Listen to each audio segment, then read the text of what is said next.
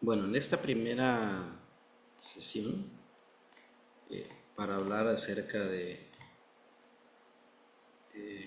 la interpretación de la gasometría arterial y de los desequilibrios ácido-base, tenemos que entender algunas precisiones sobre el equilibrio ácido-base que incluyen, más que otra cosa, un poco de bases de química, ¿no?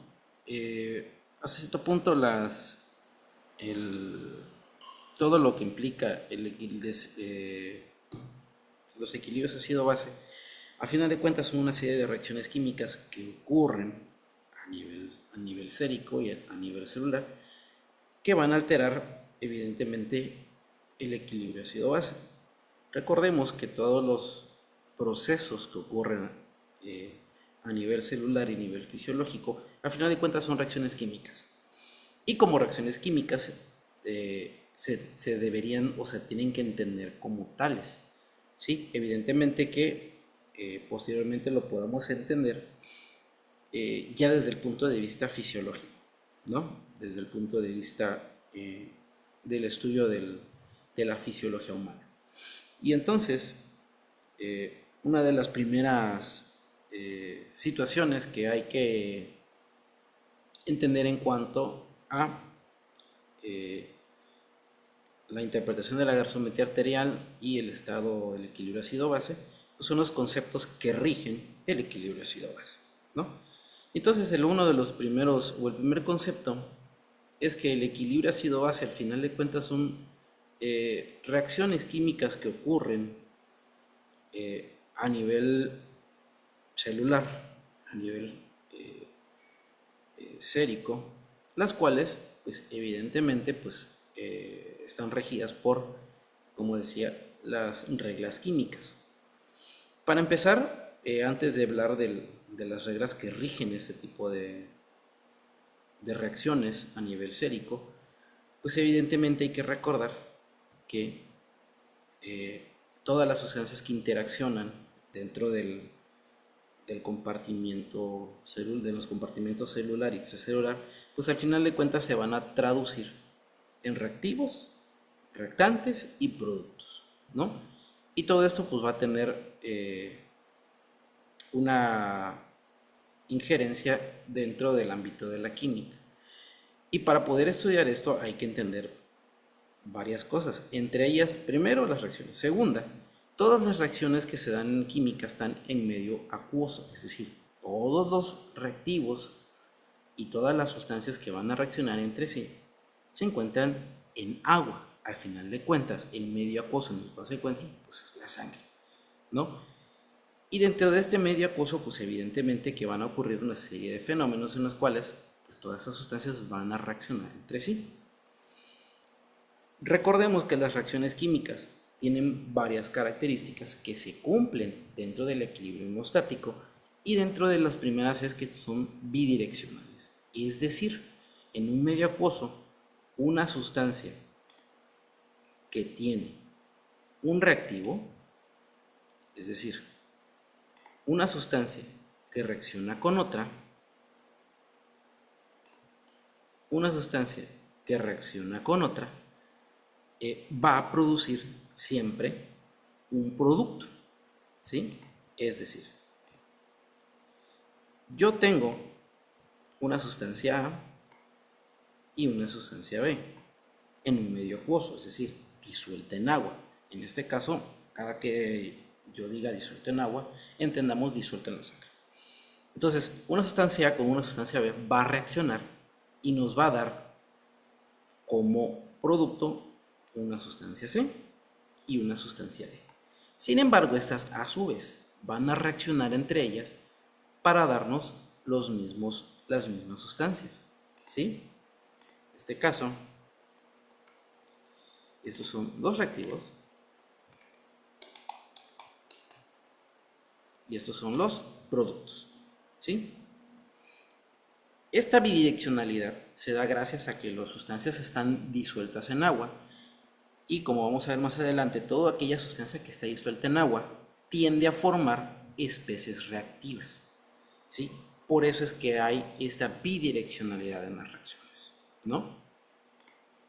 Si nosotros midiésemos el tiempo que tarda la parte A de la parte B, es decir, de los reactivos hacia los productos, veríamos que tienen la misma velocidad, tanto si ocurre en un sentido de derecha a izquierda como en el sentido de izquierda a derecha, es decir, tanto si ocurre de aquí hacia acá como si ocurre de aquí hacia acá, ¿sí? Y, y la otra particularidad es que hay una igualdad de concentración de reactivos, es decir, la misma cantidad que vamos a tener aquí, vamos a tenerla de este lado. Por eso se llama equilibrio, ¿sí? De ahí es que tenga su nombre de equilibrio, ¿sí?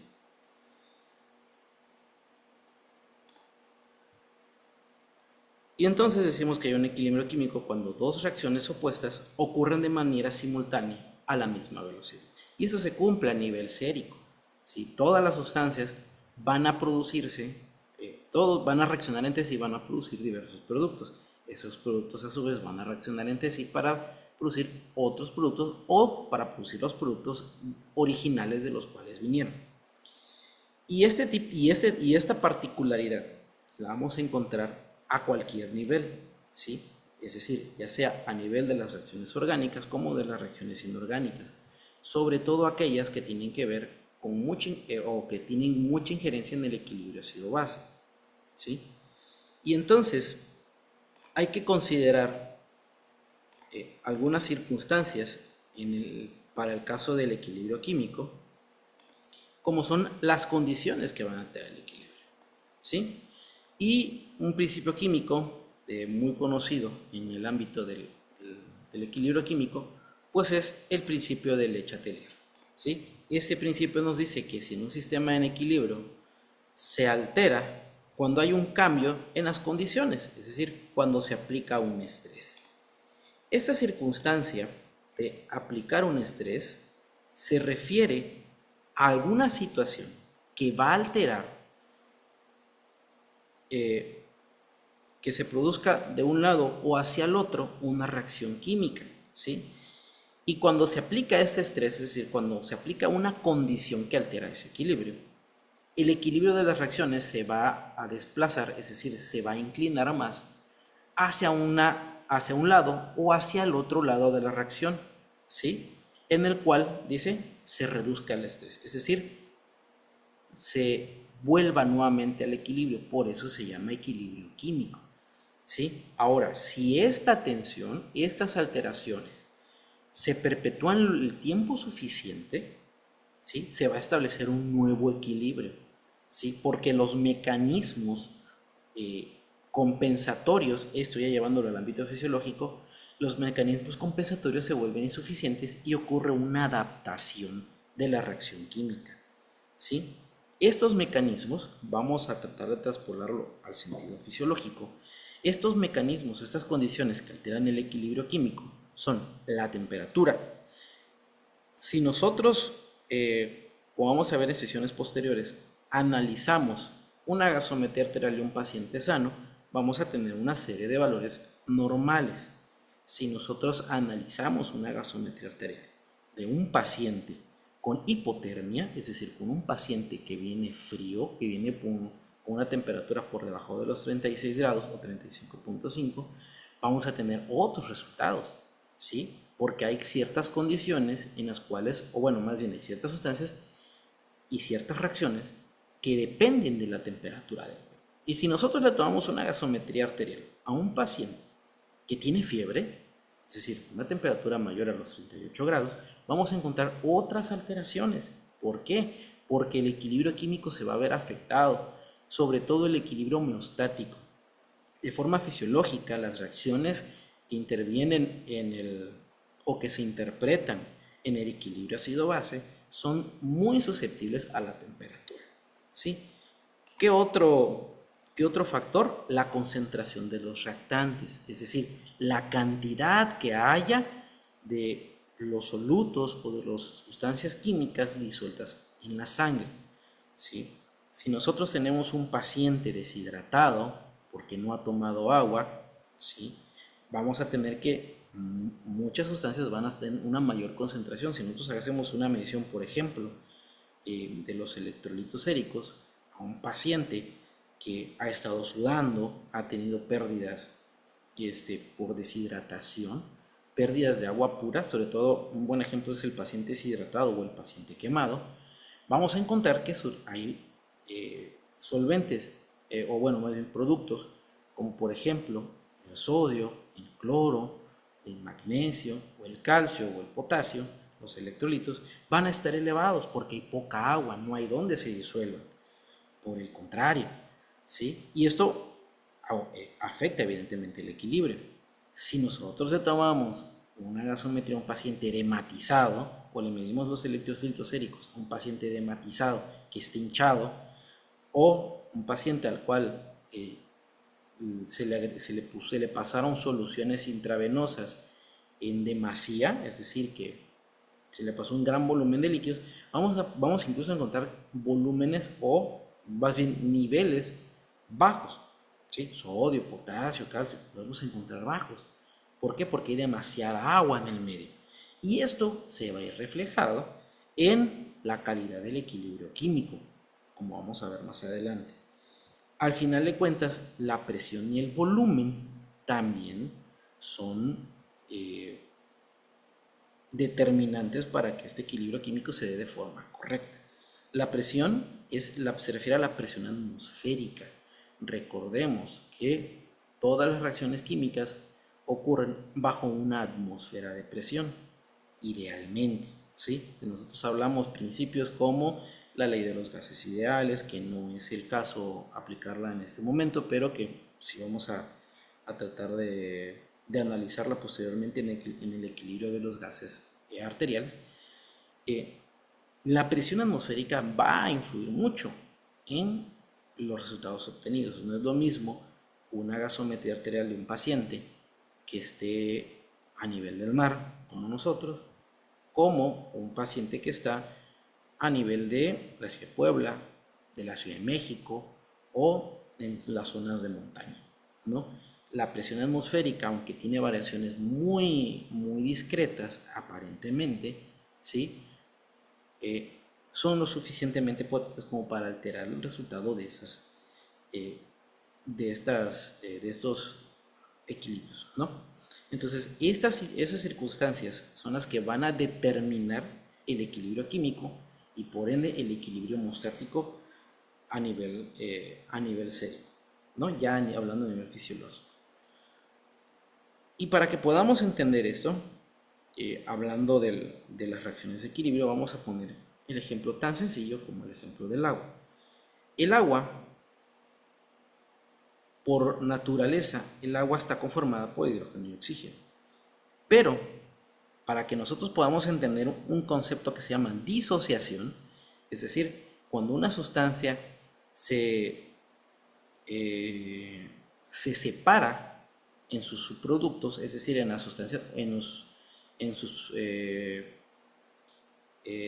sustancias que las conforman, por ejemplo, sustancias complejas, con las sustancias que están conformados, en una solución acuosa lo llamamos disociación, ¿sí?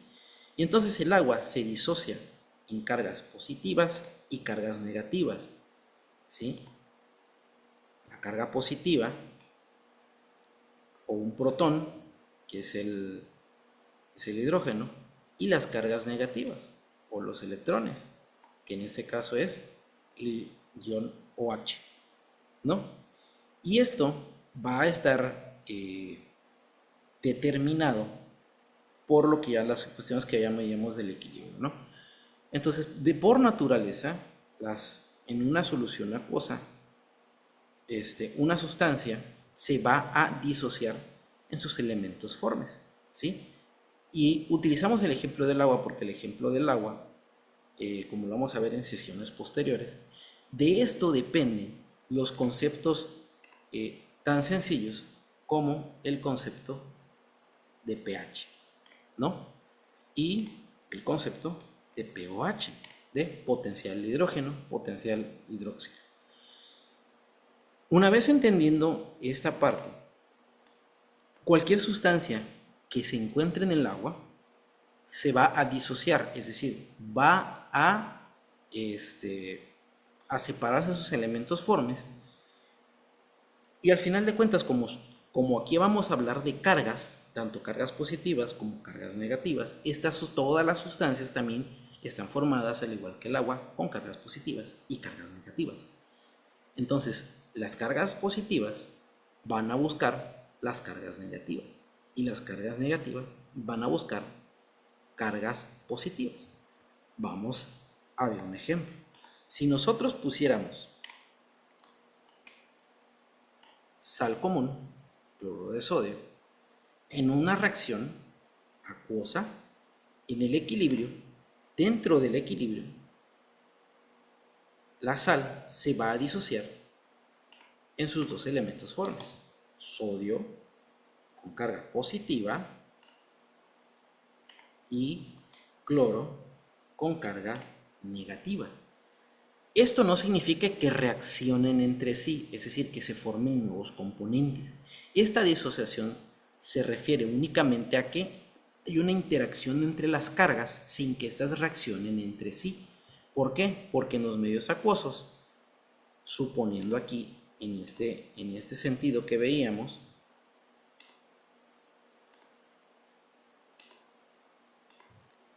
el sodio se va a ver atraído por la carga negativa del ion OH, ¿sí? Y el cloro se va a ver atraído por la carga positiva del hidrógeno o del protón. Esto no significa que se va a formar hidróxido de sodio y ácido clorhídrico, no, pero idealmente, teóricamente sí se forma. Si nosotros tuviésemos en su forma pura, posiblemente sí obtuviéramos estos elementos. Sin embargo, como están en medio acuoso, tanto esta reacción se puede dar hacia este lado, que se disocia el sodio y el cloro, como se va a dar del lado contrario. Va a formar cloruro de sodio. Ahora, estas interacciones son únicamente a nivel de las cargas eléctricas. Repito, el sodio va a buscar carga eléctrica negativa y el cloro va a buscar una carga eléctrica positiva. Así es como se da una disociación. Por eso es que ocurre la disociación, porque las cargas del agua van a atraer a las cargas contrarias. ¿Sí? Si nosotros tuviéramos otro ejemplo, cloruro de potasio, pues en una solución acuosa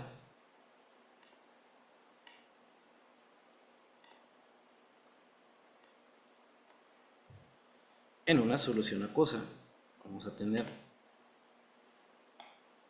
iones de potasio que van a ser atraídos por el OH y iones de cloro que van a ser atraídos por el protón o por el ion hidrógeno. Y esto ocurre en todas las sustancias. Si lo hacemos con el cloruro de calcio, si lo hacemos con cualquier otra sustancia. Sin embargo, cada una de las sustancias tiene una particularidad dependiendo de su característica o de su naturaleza, como vamos a ver más adelante. Y entonces, una vez que entendamos esta parte de las disociaciones acuosas o de la disociación de las sustancias en medio acuoso, es que vamos a poder entender cómo es que ocurren idealmente las reacciones a nivel homeostático. ¿Sí? Si nosotros tenemos una sustancia ácida, entendiendo el ejemplo anterior, donde H es el ion hidrógeno y A el no metal, ¿sí? Recordando ejemplos de ácidos simples como el ácido clorhídrico, ¿sí? El ácido fluorhídrico, ¿sí? Estos van a disociarse en agua en iones hidrógeno, es decir, cargas positivas y cargas negativas, ¿sí? Las cargas negativas son el ion cloruro, el ion fluoruro, etc., ¿no? Como lo vamos a ver con sustancias más complejas. Aquí vamos a hablar primero de las sustancias más sencillas, ¿no? Si nosotros hablamos de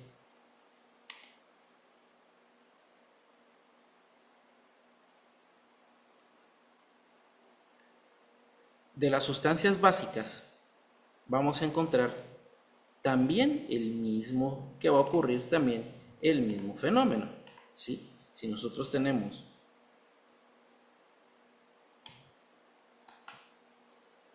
un hidróxido, ¿sí? Como pudiera ser el caso del hidróxido de sodio, ¿sí? Vamos a encontrar que A es el metal que está conformado y OH es pues el ion hidroxilo, y suponiendo el hidróxido de sodio se va a disociar por reacción en el agua en iones sodio con carga positiva y iones oxidrilo con carga negativa, ¿sí? Esos a su vez van a hacer una reacción inversa, ¿sí? Una reacción inversa de forma ideal, siguiendo el principio que habíamos estado hablando, y a volver a formar hidróxido de sodio. Y estas especies van a convivir en ese equilibrio, ¿sí? Se van a estar disociando y uniendo, disociando y uniendo. Vamos a encontrar que esto no solamente se da con las sustancias simples de las cuales hemos estado hablando hasta ahorita. Vamos a encontrar sustancias más complejas, que se le conoce como ácidos polipróticos. El término polipróticos viene de que estas sustancias tienen varios protones. Poli, muchos, protos o de protones. Entonces, estos ácidos polipróticos van a estar determinados. Estos ácidos polipróticos van a ser determinados decía que hay sustancias que tienen varios protones a donar, ¿sí? Lo mismo pasa, aquí estoy poniendo un ejemplo con ácidos, pero lo mismo pasa con soluciones alcalinas, con hidróxidos. Estos tienen el poder de otorgar mayor número de protones, ¿sí? Dependiendo las sustancias. Tenemos sustancias que tienen 2 iones de hidrógeno y algunas hasta 3 iones de hidrógeno. ¿Cuál es la particularidad de estos? Idealmente, pudiéramos decir que estas sustancias en el medio acuoso se van a disociar en 2 iones de hidrógeno y el no metal. Sin embargo, no ocurre así. O esta sustancia que va a donar 3 iones de hidrógeno y el anión. Pero, decía, no ocurren de forma ideal así. ¿Y por qué no ocurren de forma ideal así? Porque cada uno de estos iones de hidrógeno necesita una cantidad de fuerza o una cantidad de cargas contrarias para poder desprenderse del reactivo original. Vamos a empezar con el primero y vamos a dar un ejemplo de una de las sustancias que tenemos o que analizamos más bien en la gasometría arterial, que es el bicarbonato. Y el bicarbonato viene derivado del ácido carbónico, ¿sí? Y entonces el ácido carbónico, idealmente, en una reacción, viene determinado por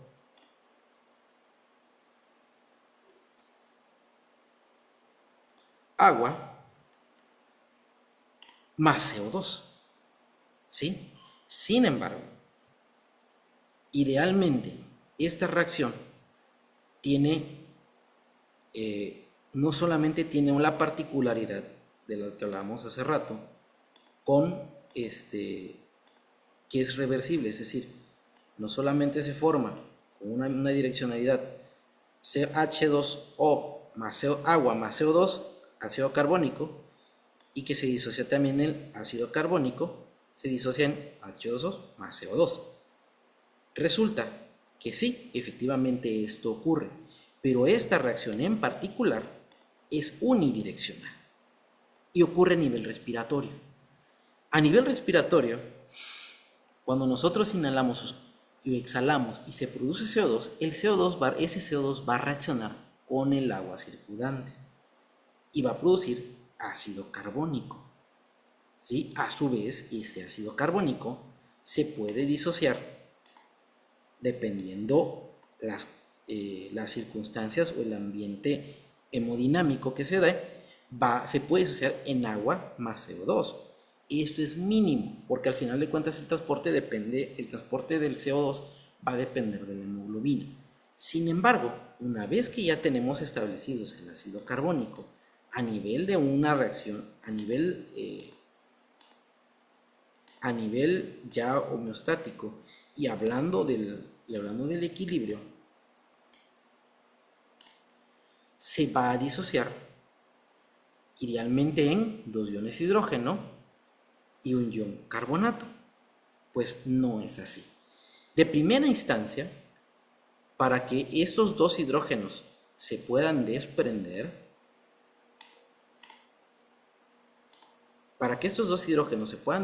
del ion carbonato, necesitan una cantidad de cargas negativas equiparables a los iones de carbonato de los cuales se están desprendiendo.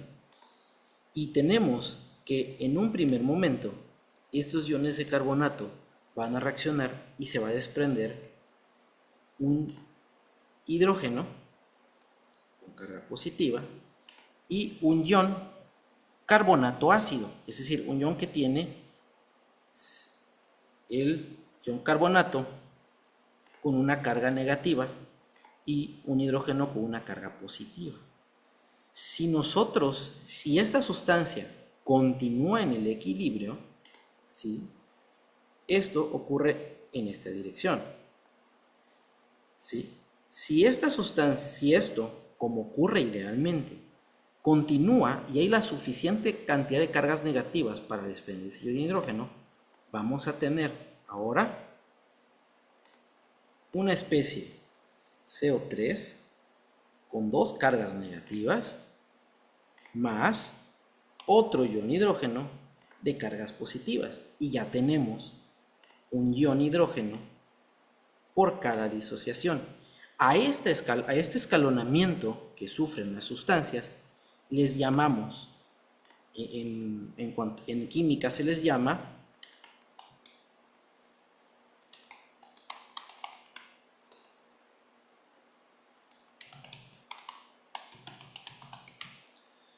potencial de disociación. Y cada una de estos pasos escalonados se les llama energía de disociación. Entonces, por ejemplo, este que tiene 12, primera disociación, y este se llama segunda disociación, ¿no? Y entonces, esto ocurre de forma teórica en todas aquellas sustancias que tienen más de un ion hidrógeno, ¿sí? Sí. Ahora, vamos a hacer el ejemplo con una sustancia que tenga tres hidrógenos, ¿sí? Y vamos a ocupar otra sustancia que también está considerada como una solución buffer, es decir, una solución tampón. Las menciono ahorita porque vamos a llegar a un momento, o ya han escuchado que dentro del equilibrio ácido-base hay soluciones buffer, soluciones tampón o soluciones reguladoras. Y estas soluciones reguladoras tienen su base a partir de esto que estoy intentando analizar con ustedes. Porque esas energías de disociación o estos potenciales de disociación van a depender de el medio ambiente en el cual se esté ocurriendo estas disociaciones. Si nosotros vamos a continuar con el ejemplo del ácido fosfórico. Si nosotros tenemos el ácido fosfórico, en su primera disociación vamos a tener un ion hidrógeno positivo y un anión fosfato diácido con una carga negativa, es la misma que está aquí. Y obviamente esta es la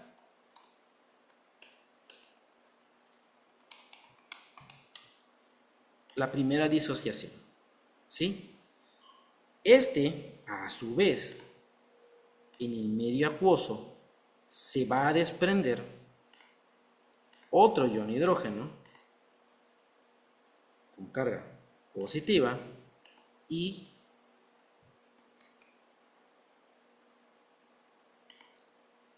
un ion fosfato con una carga negativa, ¿sí? Con dos cargas negativas, perdón, porque ahí tenemos un hidrógeno que se perdió, un segundo hidrógeno que se perdió, entonces este tiene dos cargas negativas. Y esta es la segunda disociación.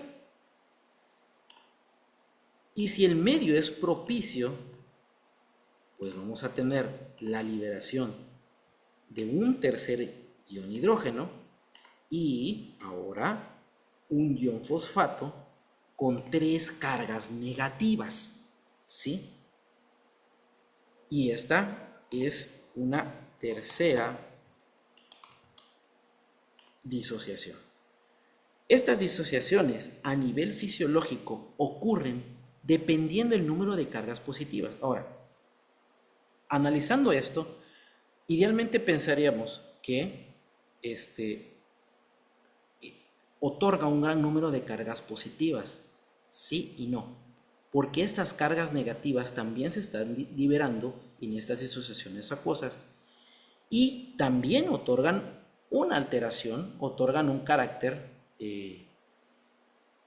muy participativo en el pH, del cual vamos a hablar posteriormente.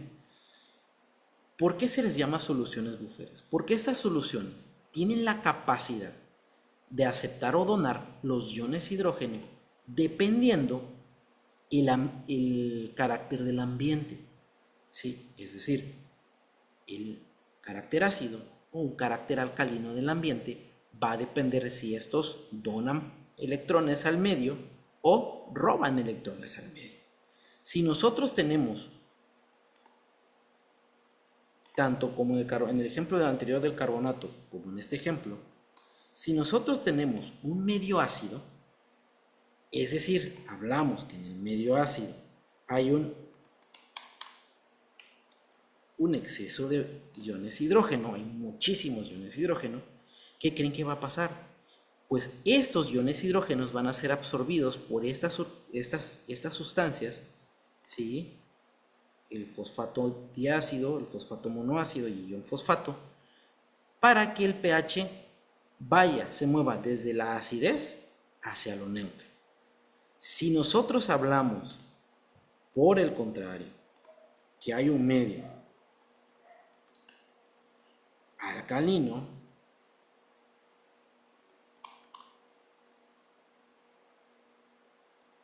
y vamos a interpretarlo de forma un poquito burda como falta de hidrógeno, de iones hidrógenos, porque en los medios alcalinos recordemos que hay más iones oxidrilo, pues estas sustancias esto va a favorecer, aquí es donde viene la direccionalidad de las reacciones. Si nosotros tenemos, voy a repetir, un medio ácido, estas soluciones buffer o estas energías de disociación van a favorecer que los iones hidrógeno se unan a estas sustancias, ¿sí? Con el fin de neutralizar ese carácter ácido. Absorben esos iones hidrógeno para que el equilibrio se mueva hacia la neutralidad, ¿sí? Si por el contrario tenemos un carácter alcalino, es decir, hay demasiados hidrógenos y oxidrilos y muy pocos iones hidrógeno, ¿sí? Esta reacción se va a favorecer desde la liberación del ácido fosfórico a un ion hidrógeno y luego posteriormente a otra liberación de otro ion hidrógeno y luego posteriormente a otra, puede llegar hasta una tercera disociación con tal de liberar iones hidrógeno y ahora mover ese equilibrio de la fase alcalina a una fase neutra. Por eso se le llaman soluciones buffer, porque al final de cuentas estas sustancias van a tratar de equilibrar el medio acuoso hacia lo que se favorece mejor, que es el equilibrio, ¿sí? Por eso es que casi todos los ácidos polipróticos o o la mayoría de ácidos polipróticos son los que pertenecen al grupo de las soluciones buffer o las soluciones tampón, las cuales van a favorecer pues toda la cascada de reacciones que ocurren para que el equilibrio ácido-base tienda hacia la homeostasis, es decir, hacia un pH neutro. ¿Sí? Mismo el ejemplo de las bases, del que ya hablábamos, de los medios alcalinos. Y las sales. Aquí es donde entramos con una participación con sustancias, les decía yo, como el cloruro de sodio. ¿Sí? Que idealmente el cloruro de sodio se va a disociar en iones sodio con carga positiva y iones cloro con carga negativa. ¿Sí? El cloruro de potasio, ¿sí? Que se va a disociar en iones potasio de carga positiva y nuevamente cloro con carga negativa. ¿Sí? Particularidad, el calcio, que tiene dos iones de cloro y un ion de calcio, porque el calcio tiene una valencia de 2, es decir, tiene dos lugares con carga positiva. Él sí se va a disociar en un ion calcio con dos cargas positivas y dos iones de cloro con carga negativa. ¿Sí? ¿Cuál es la diferencia? Porque estos solamente tienen una molécula de cloro por cada molécula de sodio, una molécula de cloro por cada molécula de potasio, pero este tiene dos moléculas de cloro por cada molécula de calcio. ¿Sí? Estos son las sales fuertes. Ahora, tal vez esto sea un poco pesado, pero vamos a aterrizarlo en sesiones posteriores, ya en el equilibrio ácido-base. Si hablamos de sales polipróticas, es decir, sales que vienen de ácidos polipróticos que hablamos hace rato, sobre todo bicarbonatos, fosfatos o sulfatos, que también tienen varios iones de hidrógeno, también pasa un fenómeno parecido a las de las disociaciones que hablamos. Sin embargo, con ellos, con estas sales polipróticas, hay una característica muy especial. Y vamos a hablar primero del ácido carbónico. Vamos a poner el ejemplo con el ácido carbónico, para que me puedan entender esta parte. El ácido carbónico, habíamos quedado, que tiene una energía de una disociación en la cual va a desprender un ion hidrógeno y un ion carbonato ácido con carga negativa. Pero si este carbonato ácido con carga negativa se encuentra con esta reacción de aquí arriba, el cloruro de sodio disociado con iones de sodio y iones de cloro, ¿qué creen que va a ocurrir? Este tiene la capacidad de combinarse con ese sodio que anda dando vueltas solo y formar una especie nueva. Como únicamente perdió un hidrógeno, puede captar ese sodio y entonces tenemos una especie de esta forma, ¿sí? Un carbonato ácido de sodio. Y este carbonato ácido es lo que les confiere su capacidad a las soluciones buffer, porque estas soluciones, recuerden, pueden atraer cargas positivas o donar cargas positivas dependiendo del medio en el que se encuentre, si el medio es ácido o si el medio es muy alcalino, ¿sí? Traspolándolo al equilibrio ácido-base, si hay una acidosis o hay una alcalosis. Sin embargo, este también se puede disociar si el medio es propicio, en un ion hidrógeno con carga positiva y en un carbonato de sodio con carga negativa. ¿Sí? Aquí es donde viene lo interesante. No solamente ocurre de forma solitaria, sino reaccionan con el medio también.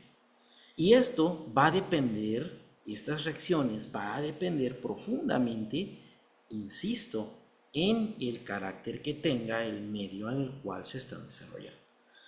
Si esta reacción se está desarrollando en un medio demasiado ácido, la reacción global se va a favorecer hacia esta dirección. Es decir, si es un medio demasiado alcalino, la reacción se va a favorecer en esta dirección para que haya una liberación de mayores iones hidrógeno y tratar de que el medio alcalino se acidifique y se lleve hacia la neutralidad. Por el contrario, si el medio es demasiado ácido, se va a favorecer la reacción en el sentido opuesto. Estos iones se van a disociar y van a tratar de captar los iones hidrógeno para que el medio se quede con menos iones hidrógeno y el medio se vaya alcalinizando hacia el equilibrio, es decir, hacia llegar a un pH neutro. Tanto las sales polipróticas de las que hablábamos hace rato como los ácidos polipróticos interaccionan entre sí y son los que forman a este punto las soluciones buffer, ¿sí? Son los que van a controlar el pH. Aquí pusimos el ejemplo del carbonato. Lo mismo podemos hacer si hablamos del ácido, con los fosfatos, con los sulfatos. Todo eso tiene un carácter propiamente dependiente del medio, y dependiente del medio es que estas sales van a funcionar como donadores de protones o absorbedores de protones, ¿sí? Es decir, vamos de regreso. Si el medio es demasiado alcalino, van a donar todos sus iones de hidrógeno para acidificar el medio y llegar a una escala neutra. Si el medio es demasiado ácido, van a tratar de captar esos protones, esos iones de hidrógeno, para tratar de alcalinizar el medio, generar especies alcalinas y llevarlos hacia el equilibrio. Si estos mecanismos o si el medio es demasiado impropicio, es decir, si es demasiado ácido o es demasiado alcalino por demasiado tiempo, se va a establecer un nuevo equilibrio, ¿sí? Y esto tiene mucho que ver con los trastornos ácido-base que se dan en aquellos pacientes crónicos, el paciente renal, el paciente hepatópata y el paciente con diversas enfermedades crónicas que van a alterar directamente el equilibrio ácido-base. Todo esto de aquí funciona. Yo sé que van a surgir diversas dudas, vamos a proponer resolverlas en una sesión posterior, ¿sí? Ahora, ¿qué pasa a nivel homeostático? Ya que no tenemos directamente solamente sustancias inorgánicas, también tenemos sustancias orgánicas, las cuales también van a interferir en el equilibrio. Y una de ellas es, por excelencia, el ácido láctico, ¿sí? Y esto ya tiene que ver con el metabolismo propiamente. Recordemos que el ácido láctico o el lactato se va a formar a partir de la respiración anaerobia. Ahora, esto de aquí arriba lo pongo como un ejemplo de lo que ocurre con las sales orgánicas. Las sales orgánicas tienen muchos hidrógenos, o las sustancias orgánicas tienen muchos hidrógenos, si recordamos un poquito de química orgánica, pero en específico los ácidos orgánicos y las sales orgánicas únicamente pueden donar un ion hidrógeno, ¿sí? Por eso es que estos no confieren un carácter o no tienen un impacto real a nivel del metabolismo homeostático en general. Sin embargo, sí lo tienen a nivel celular, ¿sí? A nivel sérico, si nosotros dependiera el pH única y exclusivamente del ácido láctico, la verdad es que es muy poco. La molécula del lactato es muy grande, es decir, donde R representa el compuesto orgánico principal y el COH la terminación de la cadena orgánica que le da el carácter ácido. Entonces el lactato tiene esta molécula grandota orgánica y únicamente va a desprender un solo hidrógeno, ¿sí? Y cuando se disocia el ácido láctico o cuando reacciona con otras sales, como lo vimos hace ratito, lactato de sodio, lactato de potasio, pues va a generar una carga positiva, un hidrógeno, y el ion lactato, ¿sí? Como vamos a ver en sesiones posteriores, el ion lactato, si bien no interfiere mucho o no tiene mucha injerencia en el carácter ácido-base, por el único protón que dona para una molécula tan grande, sí es un marcador de hacia dónde se está llevando la reacción respiratoria. Si es dependiente de oxígeno, es decir, aerobia, la respiración aerobia, o la respiración celular o el metabolismo celular se está viendo alterado y entonces está ocupando la respiración anaerobia, ¿sí? Y esto va a depender de el medio, de las circunstancias del medio, ¿sí? No me quiero meter tanto a patologías en este momento porque hay varias consideraciones que hacer antes de ver el equilibrio ácido-base y la interpretación de de los gases arteriales en sangre desde el punto de vista fisiopatológico. Pero desde el punto de vista químico es importante que esto se vea, porque de esto va a depender la interpretación o la correcta interpretación de la gasometría arterial y no solamente interpretemos si hay acidosis, si hay alcalosis, sino los fenómenos que ocurren a nivel químico y bioquímico detrás de esa acidosis y detrás de esa alcalosis, ¿sí?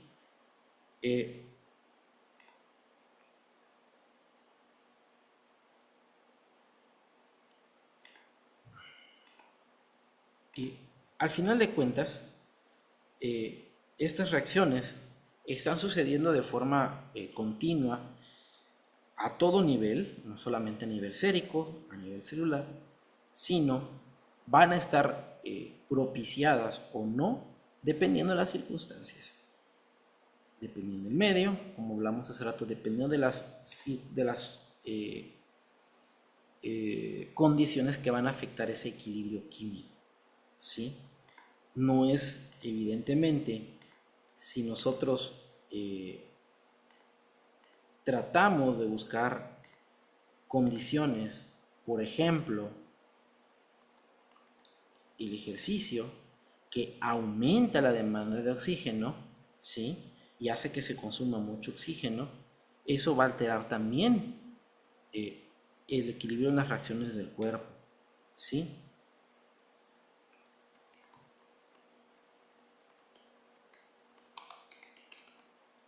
La temperatura corporal, muy importante.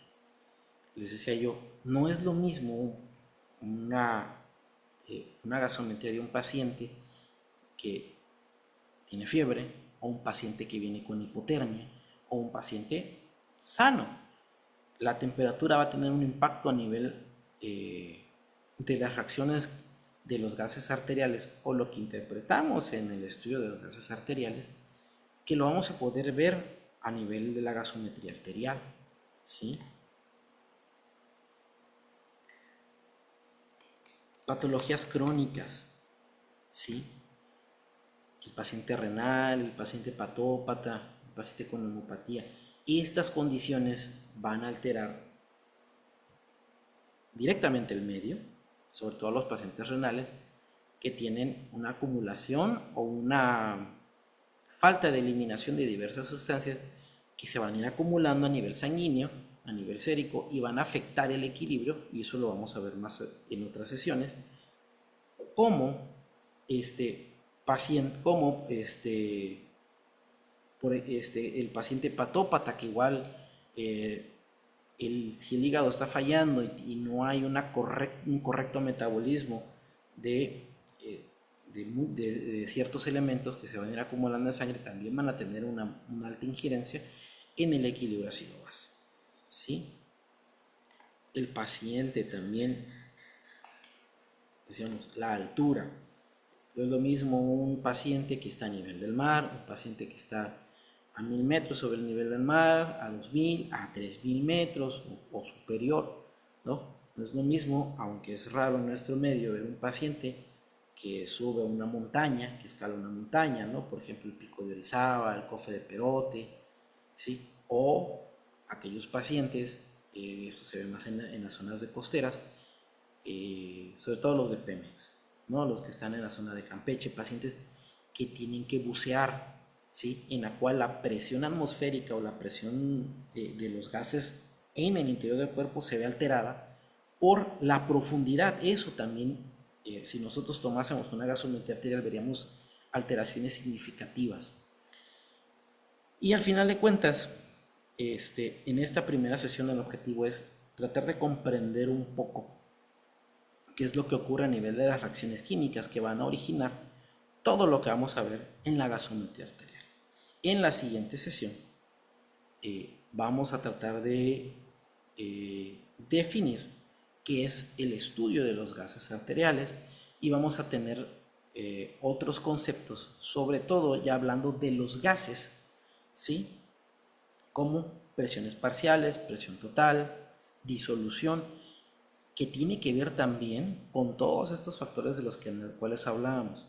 También el equilibrio de los gases, de la dinámica de los gases sanguíneos, también tiene circunstancias que van a afectar su equilibrio, sobre todo el oxígeno y el dióxido de carbono, que evidentemente es lo que más nos interesa a nosotros, aunque también el óxido nítrico, ¿sí? Entonces, de primera instancia, pues yo espero que haya sido de utilidad. Si alguno tiene alguna duda, se puede hacer una sesión en vivo para tratar de despejar estas dudas. Y en la siguiente sesión o en el siguiente video, pues vamos a analizar la cuestión del equilibrio de los gases a nivel sérico.